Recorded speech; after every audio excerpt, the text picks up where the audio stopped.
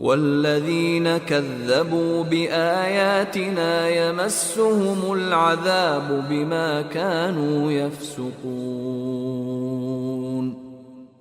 والذین کذبوا، ہم جو رسول بھیجتے ہیں اس لیے بھیجتے ہیں کہ وہ نیک کردار لوگوں کے لیے خوشخبری دینے والے ہوں اور بد کرداروں کے لیے ڈرانے والے، منذرین۔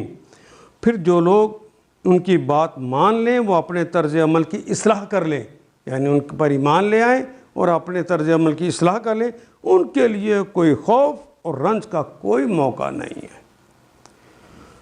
والذین کذبوا، اور وہ لوگ جنہوں نے جھٹلایا بآیاتنا، اپن ہماری آیات کو، یمسہم، مسا یمسو، مسا اس نے مس کیا، اس نے چھوا، یمسو اسے چھوئے گی، ہم ان سب کو العذاب، عذاب، بما کانوا یفسقون، وہ جو عذاب اندر کا ہے یا باہر کا ہے وہ انہیں چھوئے گا، بما کانوا یفسقون، وہ اس لیے کہ وہ فسق کا رویہ اختیار کرتے تھے۔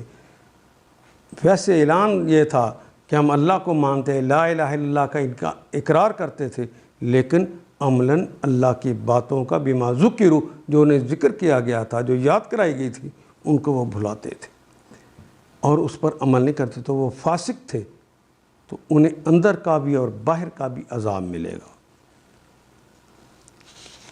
پھر جو لوگ ان کی بات مان لیں اور اپنے طرز عمل کی اصلاح کر لیں، ان کے لیے کسی خوف اور رنج کا کوئی موقع نہیں ہے، اور جو ہماری آیات کو جھٹلائیں وہ اپنی نافرمانیوں کی پاداش میں سزا بھگتتے رہیں گے۔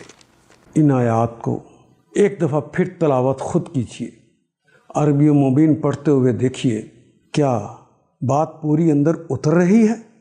کیا یہ اردو کے سانچے میں ڈھلتی گئی ہیں عبارتیں؟ اگر بات سمجھ آنی شروع ہو گئی تو الحمدللہ یہی ہمارا ہدف ہے، اور یہ ہدف پورا ہو گیا۔